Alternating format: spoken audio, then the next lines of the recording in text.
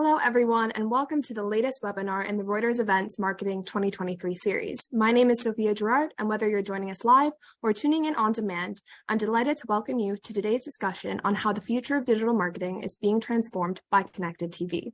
For the next hour, our expert panelists will be discussing how e-commerce and retail brands can leverage connected TV to drive marketing performance. They'll cover everything from how CTV complements and enhances other marketing efforts, how to leverage CTV for targeted, personal, and engaging messaging, and finally, how CTV can be incorporated into your very own marketing mix. We really value your insights, so as our panelists delve into discussion, I encourage you all to contribute your thoughts using the chat function. Please submit any questions you may have via the live Q&A box. Today's webinar will be recorded, so if you want to revisit any bits from the discussion, please do keep an eye out in your inbox over the next couple of days. We have a lot to cover, so I'm thrilled to introduce today's panelists: Lauren Benedict, Senior Vice President of Commercial Partnerships at Mountain; Nidhi Gupta, Senior Director and Global Head of Paid Media at eBay; and Jennifer Peel, Vice President of Brand Marketing and Media at Walgreens. Also joining us today and moderating this discussion is Kathy Taylor, the U.S. Commissioning Editor at Work. Kathy, I'll leave it to you to kick things off. Thanks, Sophia. I am thrilled to be here today to discuss one of my favorite advertising topics with our panelists, and that topic is, of course, connected TV. If you're not familiar with Work, we offer insights and research that helps marketers do their jobs better. Lately, we've been publishing a lot of content around the massive changes in media platforms to help marketers make sense of it all. I just completed editing a work guide to cross-media effects, which features quite a lot on CTV. And on August 9th, we are also launching one of our global ad trends reports, and this one is entirely devoted to CTV. So to set the stage before our panelists join the discussion, I thought I'd just walk everyone through a few data points that will be part of the upcoming report. I mean, we all know that CTV consumption and ad spend are growing, but it's always helpful to put some numbers on it. So first, to look at some data on the consumer side of the equation, according to research from GWI, more than 80% of American households are CTV enabled as viewers switch from linear broadcast to streaming. And since 2021, under 25s have watched more online TV and streaming content than linear, and that consumption gap is growing. Eyeballs are, of course, moving to streaming, but at differing rates across media owners. 2/3 of subscribers who signed up for NBC Universal's Peacock platform in the first quarter of this year chose its ad-supported plan. That's great for advertisers. But in the case of the service that I like to go say, formerly known as HBO Max or Max, that share was near the 20% mark. And of course, the U.S. has enjoyed historically high levels of linear TV viewing, but GWI figures suggest that by the end of this year, we will find that daily average consumption has dipped by 8.2% since 2017. In contrast, online video and streaming viewing is up 68.1% over the same period.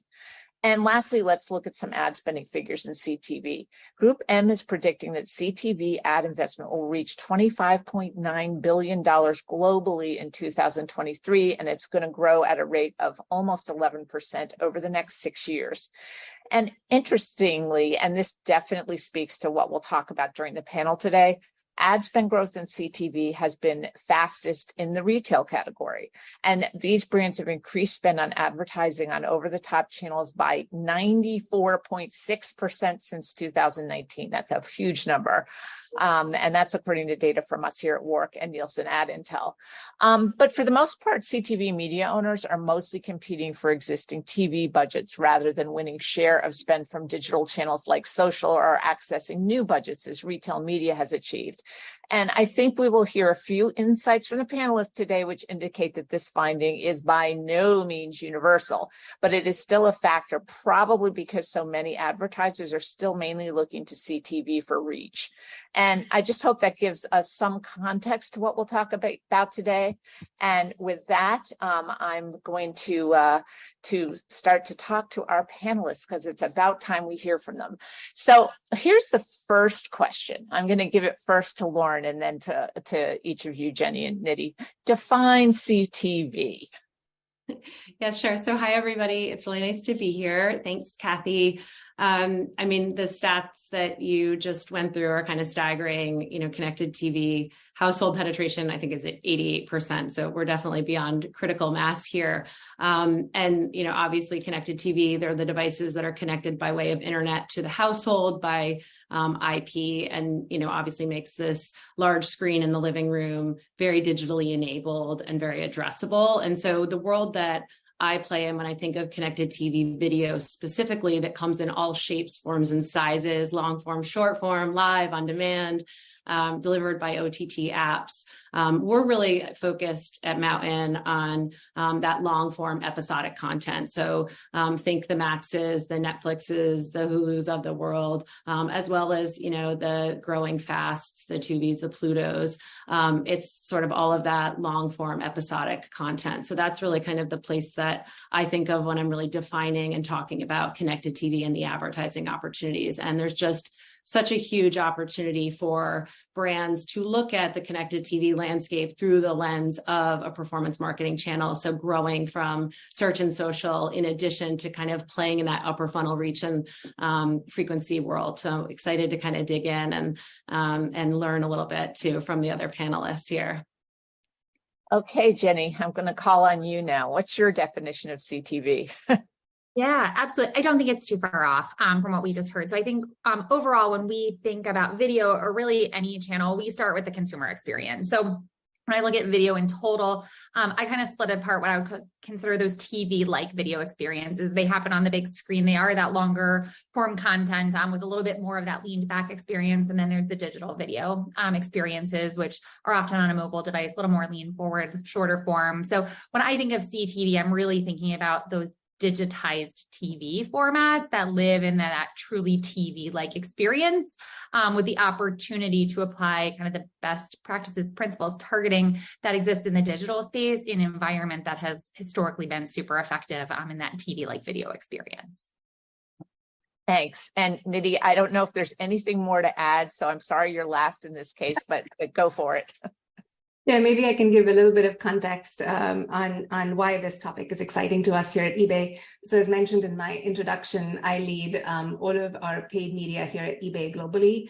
And for those that are not familiar with eBay, we are one of the world's largest and most vibrant marketplaces, connecting millions of buyers and sellers globally. And in fact, our brand promise is empowering the largest community of enthusiasts to do more of what they love. So I think where I'll be coming from for most of the panel today is going to be from this point is how do we match this vibrant community with the things that they love? And I think that's where the power of CTV lies for us. And when I refer to CTV, connected TV, it's basically going to be, what Jenny and Lauren said, internet-powered TV. So any TV that can be connected to the internet and that can access content beyond traditional broadcast media. So whether it's through apps or streaming platforms, among others. Okay, no, thank you very, very much for that. So the first question, the first question that gets kind of into the nitty gritty here is how can CTV be effectively utilized by retail and e-commerce brands?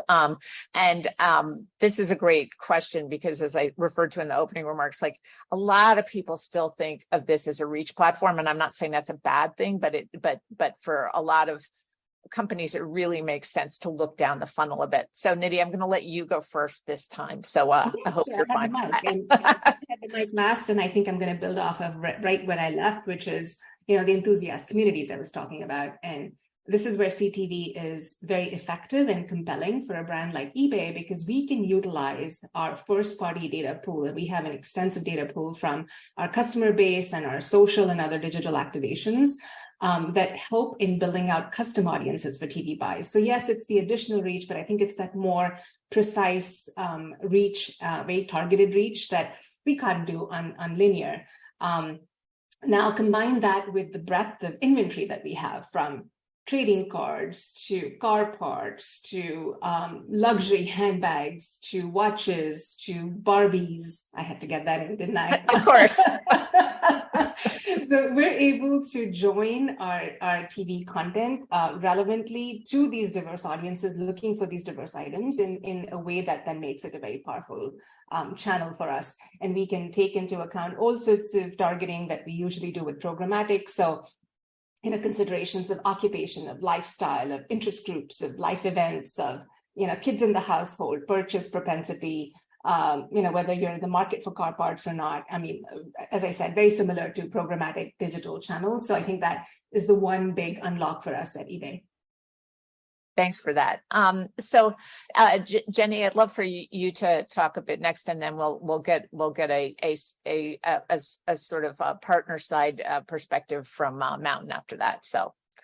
Yeah, absolutely. So I'd say what I think we at Walgreens are so excited about with CTV overall is the power to make what have traditionally been more mass reach, kind of blunt object type channels and experiences far more personalized. So very similar ideas, like how do we meet that right, super targeted consumer segment based on the moment of receptivity that they're having, the message that is going to most motivate them in that moment. So I think it is the power to take what have been very high reach channels, but to make them far, far, far more personalized and relevant.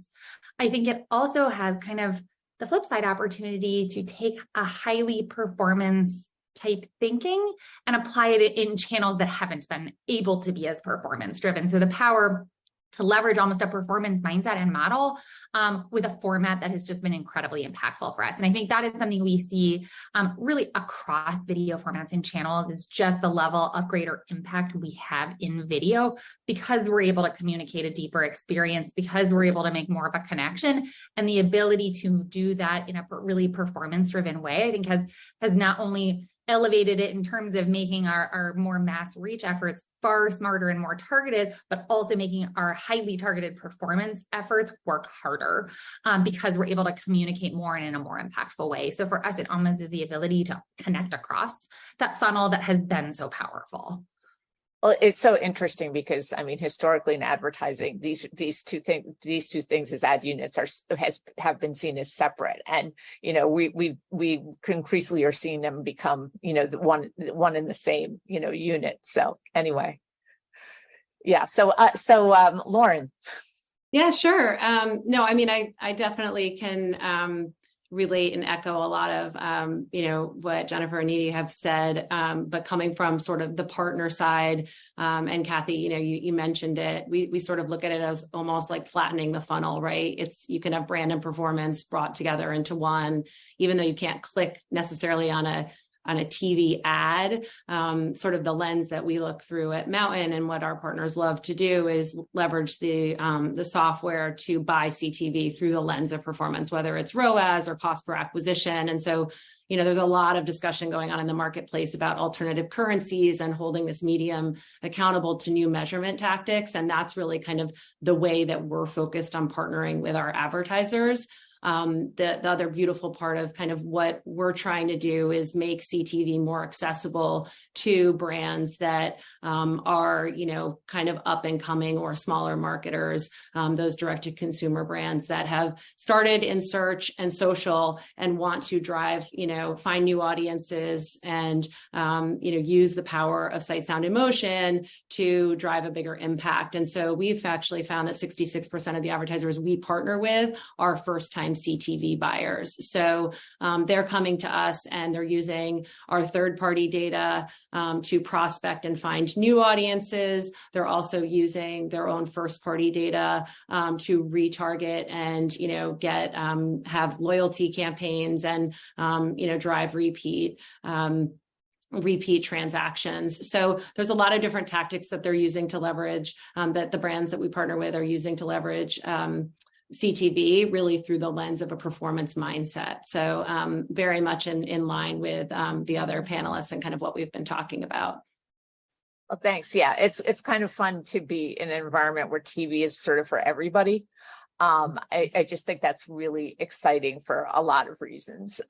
So just one thing I wanted to touch base on briefly, which some of the people in the audience may say, may wonder about is, obviously, Walgreens and eBay can operate with a lot of first-party data, and that's not necessarily the case for every advertiser. So I wondered what kind of insight you could give at like what your thinking is. And I think Jenny, you talked about this in our prep call, just that, there's a lot still possible, in terms of market mix modeling and all that kind of thing that can really help an advertiser that doesn't have that breadth of data still take advantage of some of the opportunities that you all can. Sure. Yeah. So I can hit on that a little bit. I think there may be two parts to that. I think there's the possibility of different data sources. And then I think there's like, how do we understand and measure effectiveness?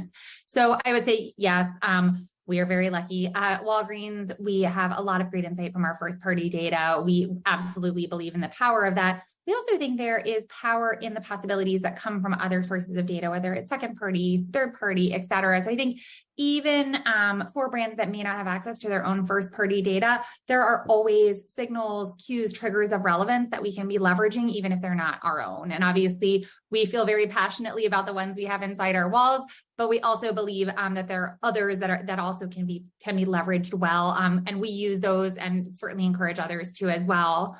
I think the measurement piece is a really deep question and opportunity, frankly, for our industry on a continuous basis. There are certainly limitations to measurement in this space. I think in many cases, as a brand who does have a heritage of being on TV, for us, the journey might have looked a little easier in a way because we have some heritage measurement powered by our first party data. So we leverage things like market mix modeling, although we have the power of our first party data to sit behind us, which gives us a lot of confidence.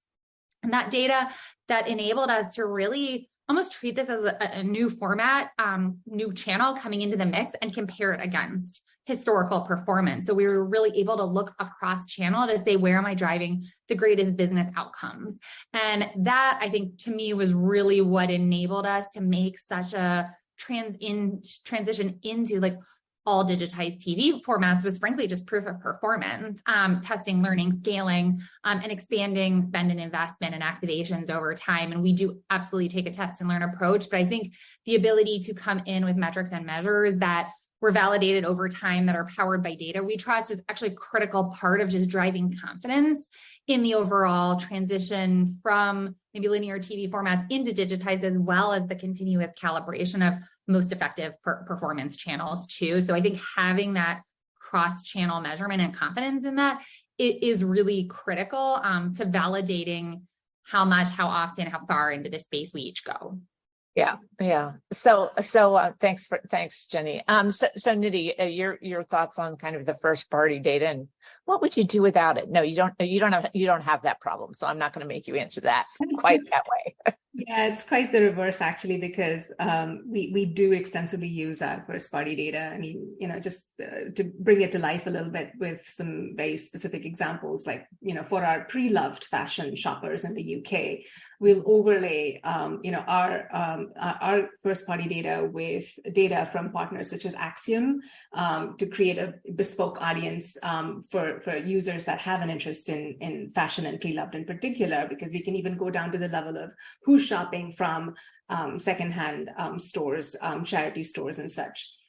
Similarly, another example from UK and Australia for our sneakerheads, we used YouGov data, and we were able to identify together with that data the sportswear purchase intent, and we overlaid that with Adidas, Nike, Reebok brand interest, and then further overlaid that with MasterCard spend data for interest in sporting goods. So I could go on and on. Like, we have similar case studies that we've used, for our handbag enthusiasts and for wristwatch fans and such. So yeah, we do definitely have the advantage of a stronger starting point because of the first party data. And then we use the supplemental data sets to boost the precision and addressability of the audience.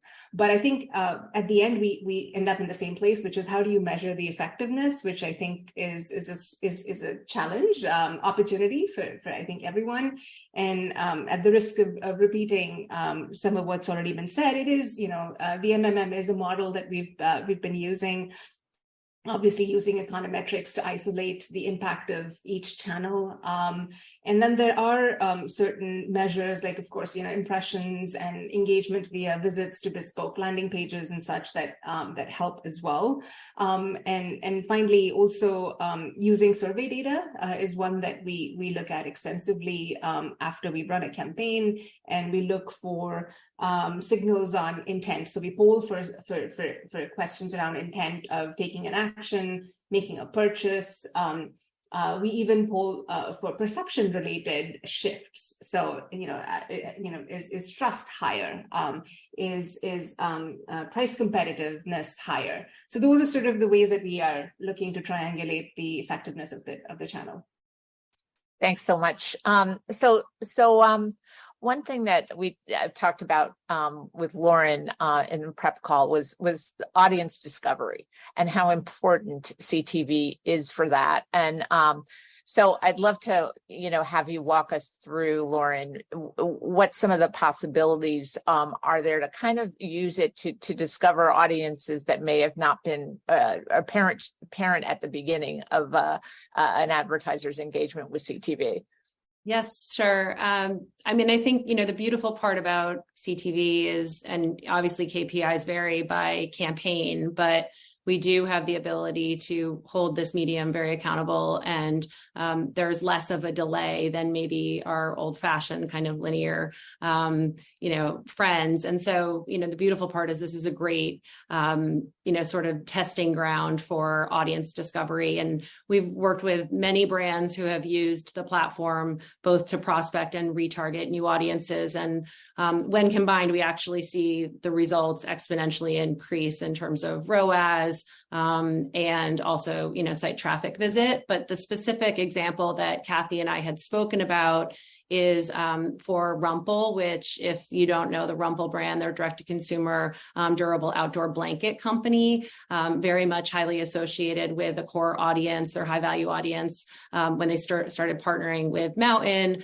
was very much anchored in an outdoor enthusiast and lifestyle audience, and behavioral and demographic profile. And so we worked with them, they saw great results, but they wanted to expand their target audience. And so through the third-party integrations that we have with Oracle Data Cloud, they actually started to prospect new audiences that were focused more on home decor and sort of living on the fringe, so home and patio audiences. And they did that and tested it against their core audience of outdoor living. And what's interestingly enough is they saw 35% stronger conversion rates with this new audience that they were testing compared to the core audience, which was already pretty significant. And then marrying that or looking at it side by side to the search and social campaigns they were running, they actually saw a halo effect as well. And so over the course of the test, that paid search conversion rate started to increase over 138%. And so they learned that their consumers can kind of flow between these two audiences. And what's really even, I think, more interesting is the home decor has become more of their evergreen, always on, and the outdoor enthusiast has been more seasonal in nature. And just to sort of put an exclamation point on it, they've also been able to really use some, and I hope we get into kind of the creative discussion, but use to test and learn on different creative messaging for these audiences and times of year. So it's a really great example of a sort of a litmus test for discovering new audiences and then scaling it into other channels. So, I think the opportunity cost here in terms of getting them, good learnings and insights to use in other places isn't as high, as high for them. So that was kind of a great example of a brand that we've partnered with where they've been able to see good results with audience testing. It's interesting. I actually checked out these blankets after our discussion, and they're absolutely beautiful. And so, that's maybe a fun insight for people. They can go check those blankets out. But the interesting thing is that, I looked at them and I'm like, of course that makes sense. that other markets would want them. But I think that just points out that like there's so much that brands don't know about themselves in a sense, or what consumers think of them. And it's great to have tools that uncover those things. I don't know, Nidhi or Jenny, do you have anything you'd like to add to that? I mean, in terms of audience discovery, I'll go with Nidhi first, and then Jenny, if you have anything to say, to add, that's fine. Let me know. Thanks. Well, I can say I learned a bunch from Lauren just now. I mean, we've in the past not had as much of the opportunity to do audience discovery using CTV because of our vast data, and then we also have data from our social and other digital activations, so less so. But definitely sounds like an intriguing idea. Yeah, I totally agree. I would say I think we haven't necessarily had exactly that same level of experience just due to how many of our conversions are still happening in a brick and mortar store, right? So there's a different data lagging conversion there, but I think we all see the potential of that type of audience discovery and testing, and that's where we want measurement for the whole industry to go, no matter where that conversion is occurring. I just love what Lauren said about testing ground. I mean, it's a lower cost of entry than trying to test on linear, so it makes it interesting from that perspective as well. Yeah, no, it's fun to see this kind of thing starting to happen. So, Lauren touched a bit on different channels and how they work together just now, but I want to get more in, just talk a little bit more about how you're finding CTV complements, other channels that you've used for other things, maybe performance, maybe branding. Jenny, how does this kind of fit into your overall mix, I think is the question. Yeah.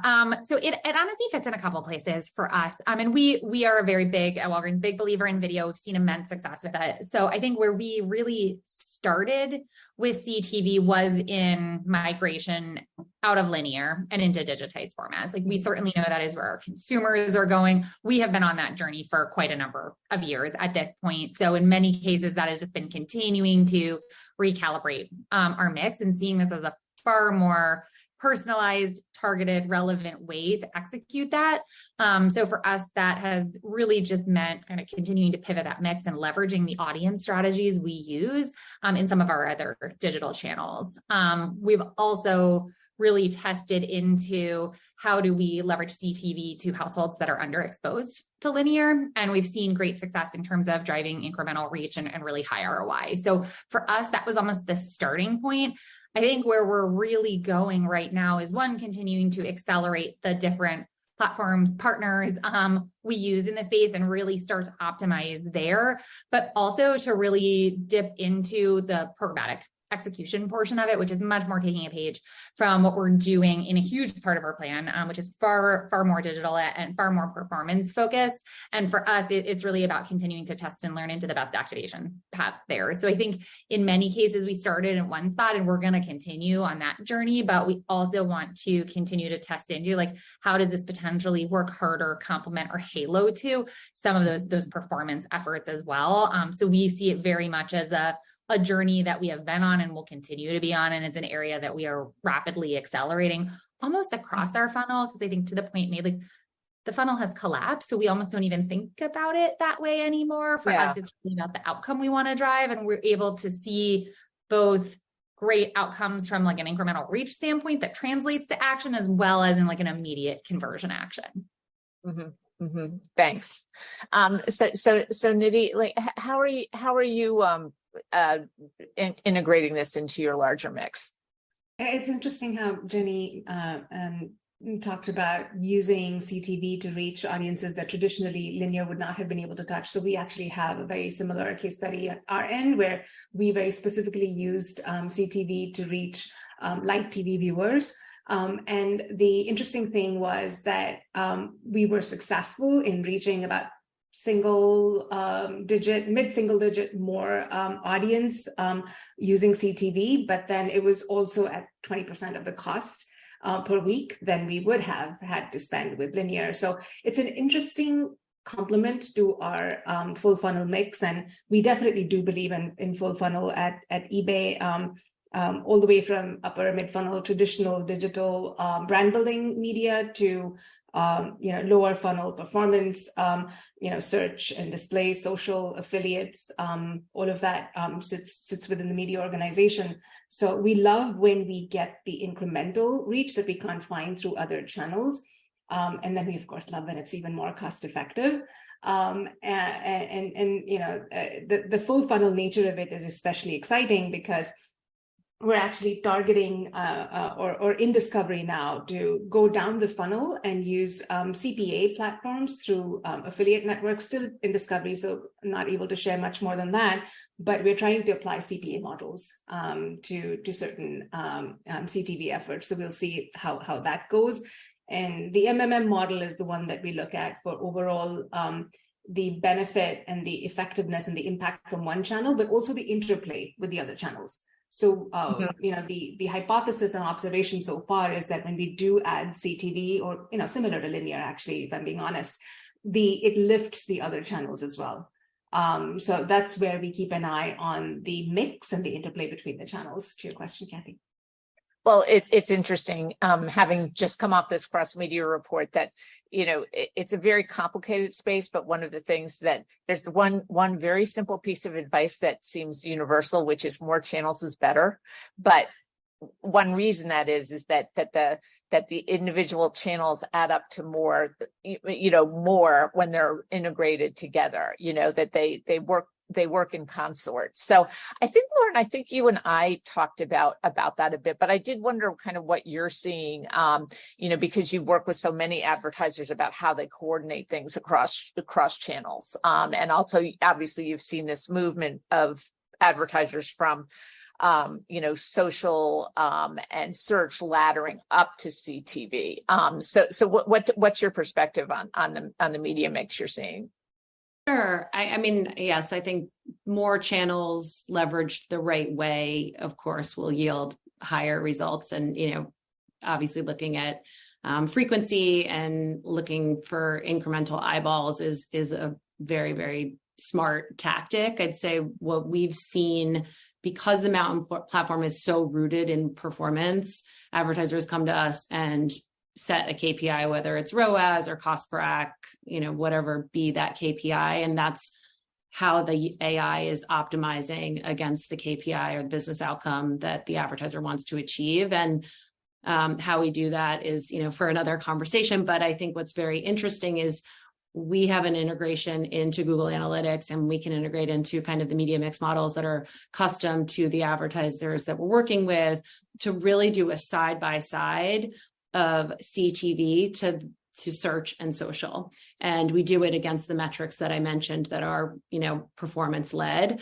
And what we see across and we have visibility into that. And so what we see across, 400 plus campaigns that we've run over the course of the past couple of years is that, CTV has higher, performance in terms of driving those types of attribution metrics. But when you combine it with search and social, combining CTV with social, we saw 22% higher conversion rates than, with it being alone. And with search, we saw 9% conversion rates on the search campaign when you added CTV into the mix. So we know all the parts work together. There's definitely a secret sauce, and every advertiser has a different marketing mix and balance to achieve those types of it's not the same thing, right? It's like there's no magic channel mix, people, but yes. And I mean, listen, Nidhi and Jennifer, you guys have really hard jobs. Like, this marketplace is so fragmented, and it's pulling all the pieces together. So compliments to you for both of kind of the things that you've been able to kind of test and learn, and you're continuing to kind of push the medium forward, because I'm a big believer of, trying to find kind of that balance. And it sounds like you've done some really interesting things and continue to. So. Yeah, it's fascinating. Now, I it's like I would love to unpack like every detail of your strategies, but I know you can't say those things. So anyway, but I'm glad you're here with us.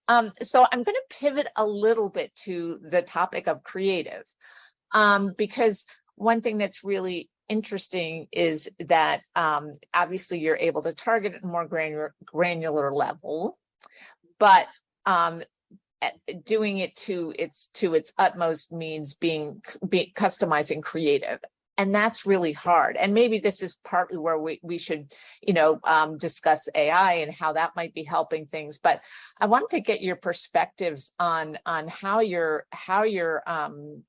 doing creative customization. And I'm going to keep Lauren here on the screen for a minute because I know Mountain has a tool that does this, but I really want perspectives from all three of you on how you address the creative customization situation. Yeah, sure. I mean, from a non-Mountain perspective at sort of first launch, the beauty of CTV, especially in the on-demand world, is you're not tied to a programming grid. And we obviously have a ton of data, in terms of targeting capabilities and so forth. So I think it was Jennifer that started off this panel talking about, addressability and relevance and the consumer first mindset. And I love that because I just feel as it's not all about, audience. The creative conversation that you're having with the consumer is hugely valuable and important. And so, looking at sort of the marketplace, there's so many different things that we can do to innovate in the creative space in terms of customization by location or, behaviors or audience or data captures or sequential targeting. There's just a lot at our disposal, testing and learning different ad lengths, interactive experiences. So there's a lot there. From a Mountain perspective, what I would say, we've got a creative acquisition that we made a little over a year and a half ago, QuickFrame, their creator network. And we really do lean kind of on that resource to help provide creative services to advertisers who want to either create a hero spot from the ground up or really just iterate on a message to build more relevance to a specific audience demographic that they're targeting. So there's a lot we can do there to just, have multiple kind of A/B tests of creative and figure out what's sticky with different audience types and so forth.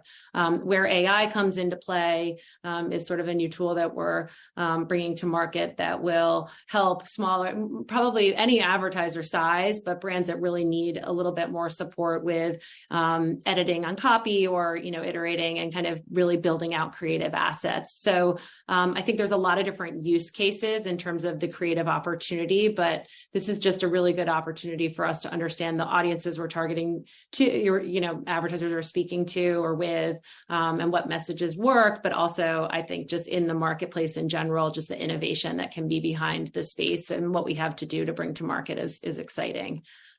Thanks. So Jenny, how do you approach the custom creative question? Yeah, absolutely. This is one of the biggest areas that we're leaned into right now. I think in many cases for us, it was almost like the channel and the format came first, and now we're really like catching up, like the level of dynamic versioning that we want and need to be able to do in this space to be as effective and as relevant as we want to be. And I think for us, it's a little bit of how do we scale really quickly the ability to create content that we feel comfortable putting in a TV-like environment. And I think sometimes to the point, Lauren, you just made around kind of breaking that creative first idea, I think there's a little bit of having to break the idea of we decide what fits in that environment versus letting our consumers kind of tell us and react. And I think we're very much on that journey of how do we find the right balance there.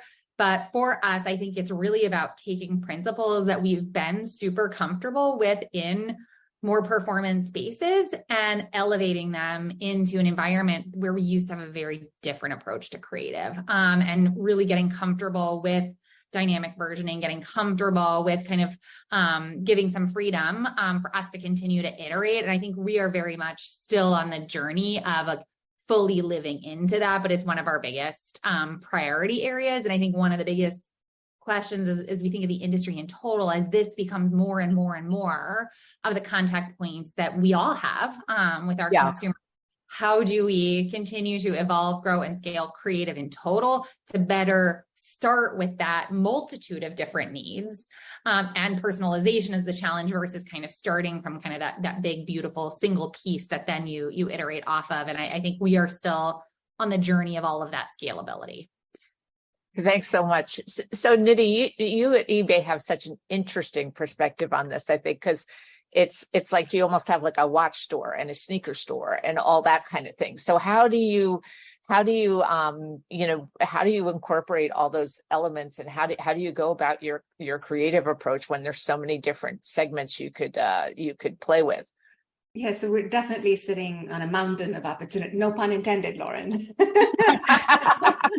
A lot of opportunity and data here. I think Jennifer said it beautifully. Really, plus one to everything she said.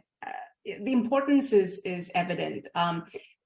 We've seen that personalized creative can grab more attention, create more lasting memories, generate more emotional reward, and we've seen that for studies on TV, and we know it makes sense to do that for CTV as well. But the unlock really will come from how to actually do that at scale. So addressable creatives, but at scale. This is where obviously, AI should be a big tool, a big driver to help us realize this opportunity in a more expansive way, because it shouldn't be that we have to create like millions of permutations of creative. That's not scalable. So we want to be able to tap into AI to develop a cost-efficient way, and yet deliver that enhanced compelling brand storytelling and category relevance, Kathy, that you were talking about. So still starting on our journey, much like the panel has already said, and barely scratching the surface here. Yeah, it's what's cool about a lot of these new tools like AI is that all of these channels have so much promise, but when you look at the resources you have to actually act on that, I think that's been a big gap in this business for a very long time, especially since digital started. So just a shout out to the people who are attending. Please feel comfortable to put your questions into the queue. I'll get to those in a couple of minutes. But now we'll go back to the panelists. I'm sure you've all learned a lot during your journey. So I wanted to ask each of you about, what specific challenges there are. What was like kind of the hardest learning for you? I mean, talk about your learning curve a bit in this whole space. So Jenny, if you'd like to take that one first, that would be terrific. Yeah, I think the biggest learning curve we have had on this journey is a bit back to the some of the notes around the creative conversation, is about being comfortable not solving all of the problems all at once, like picking your starting point. So we could have waited until we had all of the level of creative versioning and personalization that we felt like we really wanted and would have been ideal in order to start, but we probably wouldn't have started yet. And so I think for us, almost the biggest learning was to get comfortable testing into things before we were ready to do them perfect or the way we really wanted to, recognizing that we could then start to make the case to move those other needles. And I think that was a little bit our biggest learning, is to make sure that we weren't letting perfect or great be the enemy of really, really good. And that we were moving forward and learning along the way and making those business cases, but that we were comfortable that it may not be the perfect test at the outset. Yeah, but you still, the learning curve was really rapid. It sounds like that you started to do it and invest in CTV, and it's happened relatively fast, I think. Very much. Yeah. So Lauren, what kind of learnings have you had working with all of these different clients?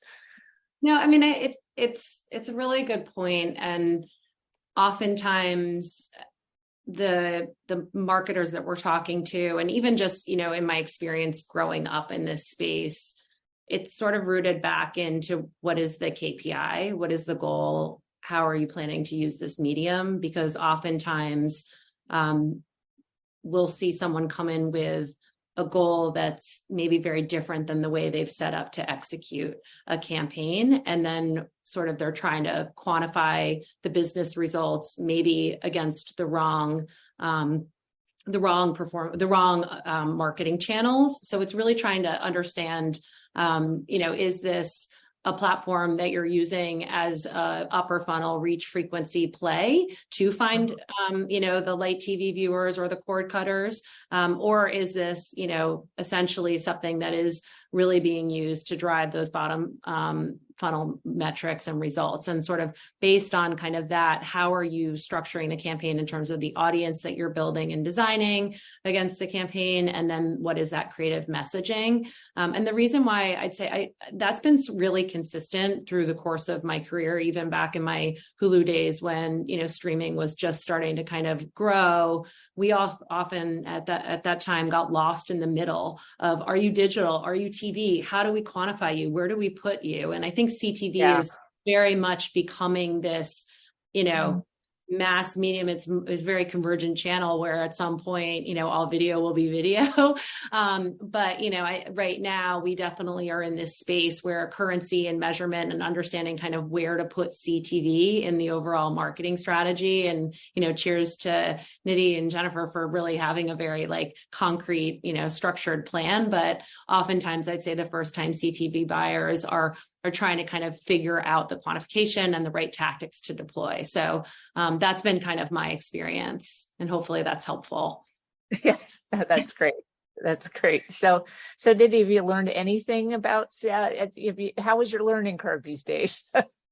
It's steep, to the stat that you shared upfront, Kathy, around how there's almost 100% growth in OTT in the retail sector. But I'm glad that, with our teams internally, as well as our agency partners, we've been able to ride the CTV wave. I mean, we always knew video and linear were actually effective channels for us. And the fact that we've been able to dive in and embrace CTV is testament that we're watching the consumer habits and the evolution of those consumer habits, and definitely those that were accelerated over the pandemic. So I think that's the one learning, is that really keep an eye out on how consumer habits are changing, because we really want to be where the customer is. The next learning, I would say, is to Lauren's point, really, how do you measure a channel like this? Because at eBay, we're definitely present both upper funnel, and we work very hard at our lower funnel performance marketing as well. So what is the right balance and what we expect from CTV as a channel, from brand building all the way to direct response, if you will? That being sort of the second thing we're keeping an eye on, if I had a crystal ball, of course, again, how do we solve the challenge of creative? I think said enough. That's what is on our mind from a learning standpoint for go forward. Yeah. No, it's really interesting how quickly this has all happened, and getting back to, the whole thing about looking at consumer habits. I mean, you kind of know this intuitively, but when you see that, under 25s watch a ton more streaming than they do linear, you're like, that makes sense, but it's sort of shocking at the same time, that just how vastly things have changed. And if you watch your kids, that's what goes on. So I'm going to go to a couple of our questions here. There seem to be a couple, so I'm going to kind of I'm going to collate it into one question about how you're kind of, tracking the effectiveness of your work. One person has asked specifically about using a QR code. So, what are your kind of bottom funnel tracking, mechanisms to see how well people are engaging with this content? So I don't know who would like to take that one, but. I don't think we've used QR codes in particular, but from brands, other brands' experience that I've heard, it's roughly 10% or under that you can expect that kind of engagement. But if it's the right tactic, and there is bespoke landing pages that again drive that very relevant message and relevant experience that you're driving to, I think it could be effective. It really does depend on the KPIs, as Lauren said a few times, right? Really, what are your objectives? And are you trying to drive direct response? And if you are, then it's probably a good idea. Yeah. So Jenny, what's your experience? I mean, are you tracking brick and mortar sales and things like that, or online sales, or how do you measure that last part? Yeah, absolutely. And I think in many cases, our measurement strategy here is a bit born out of how we came into this space. So we came in as an advertiser that was already very active in video and in TV. So this was an opportunity for us to do that better, more targeted, more relevant, more effective. And so for us, we really place these tactics into kind of the same measurement frame that we used for TV, which for us, it is really going back to driving sales outcomes, both e-com and brick and mortar. And the tool we go back to that helps us connect across that, it is MMM. And so for us, that has been a huge part of our measurement strategy, because it allows us to look across all channels, but it also allows us to almost normalize for different conversion metrics too. And there are challenges with it, the timing lag at all. So it by no means is necessarily the perfect solution, but I think it has allowed us to really understand the outcomes that we can drive here and how this competes. But I think in many cases for us, because it was, to Lauren's point, we knew the objective and kind of what we were starting to trade this out for. I think that was our starting point. We've expanded beyond that, but I do think that just to like put a triple point on that, I think that knowing what objectives you're running at and kind of the benchmarks you need to beat to do that it is critical. I would share on the QR code front, it is not something that we leverage extensively.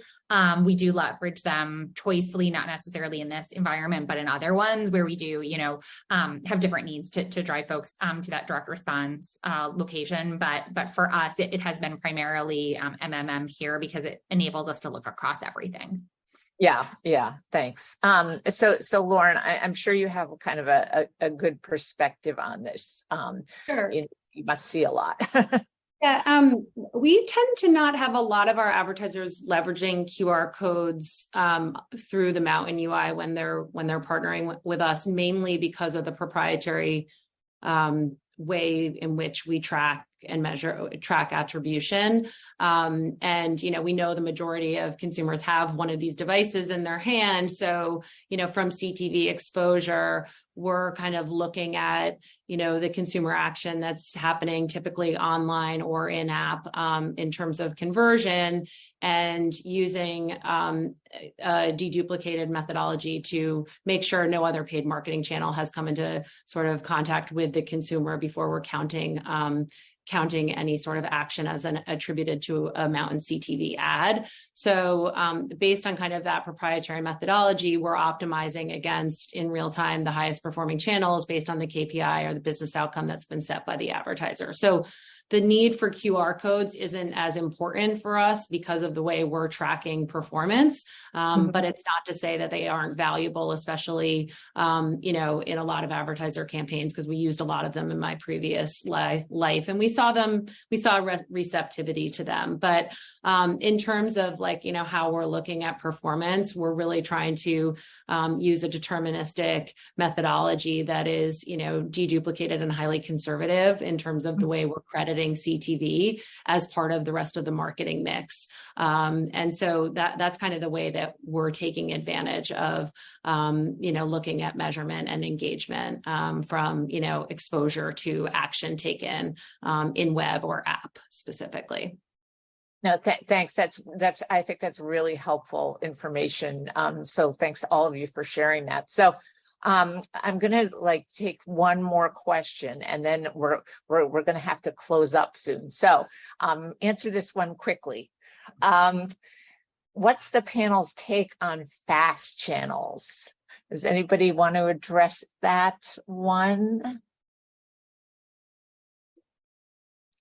If you can go, Lord, I guess. I mean, as I say, I think we're bringing this almost full circle, right? In terms of my definition of CTV and the way we go about, the inventory that and the partners we're working with is really, we define it as premium, but I know premium is very much in the eye of the beholder. But it is, that living room quality, long form, episodic content. And in some instances, fast can be part of that equation. But I'm not the buyer of media, so I would look to the marketers to kind of put their kind of 2 cents on it. And yeah, I'm sure nobody wants to name names either. But anyway, Jenny, do you have a perspective on fast channels? Yeah, I think it honestly kind of aligns with Lauren's. I think this is really about your definition of premium and what that means to you and how you've continued to kind of assess where your performance is coming from based on that. So I don't know that I would have a ton to add. I think it really goes back to that definition and what is the right fit for you. Yeah. And Thanks. I would say where your customer is. So it really depends on that. So I'm not sure what the take in question was specifically pointed to, but in from my perspective, it's really if your customer is there. Yeah, and I've seen data, I believe, that says, fast channels skew towards, 35 and up or something like that. Nobody quote me on that, but that there are some demographic, differences you can look at to tease that out. So I think, unfortunately, it is time for us to end the discussion, and I'm going to throw it back to Sophia. I really can't thank Jenny and Lauren and Nidhi enough for being here today, and thanks to Reuters for hosting us all, and thanks to all of you out in the audience. So, Sophia. Great. Thank you so much, Kathy. Well, that wraps up today's webinar. Thanks so much to our panelists, Lauren, Nidhi, Jennifer, for sharing their fantastic insights. Thank you, Kathy, for leading today's discussion, and to our audience, thank you for joining. If you'd like to learn more about today's sponsor, Mountain, the world's first and only CTV platform, and how they help brands drive measurable conversions, revenue, site visits, and more through the power of television, you can head on over to mountain.com for more information. Later this year, Reuters Events are excited to bring you more marketing content at our flagship event, Strategic Marketing 2023. On November 7th and 8th in New York City, we'll be hosting an incredible faculty of leading executives from Unilever, Verizon, Morgan Stanley, PepsiCo, Saks, Intel, and so many more amazing brands on stage. We'll be covering a range of topics, including the most pressing challenges within the industry today. So hopefully we'll see some of you there. On behalf of Reuters Events, Marketing and CX, I would like to thank each of you who joined us live today, and for those of you who will be listening on demand. I hope you enjoyed the discussion and gave plenty of insights. We'll see you soon. Thanks. Thank you. Thank you. Thanks, everybody.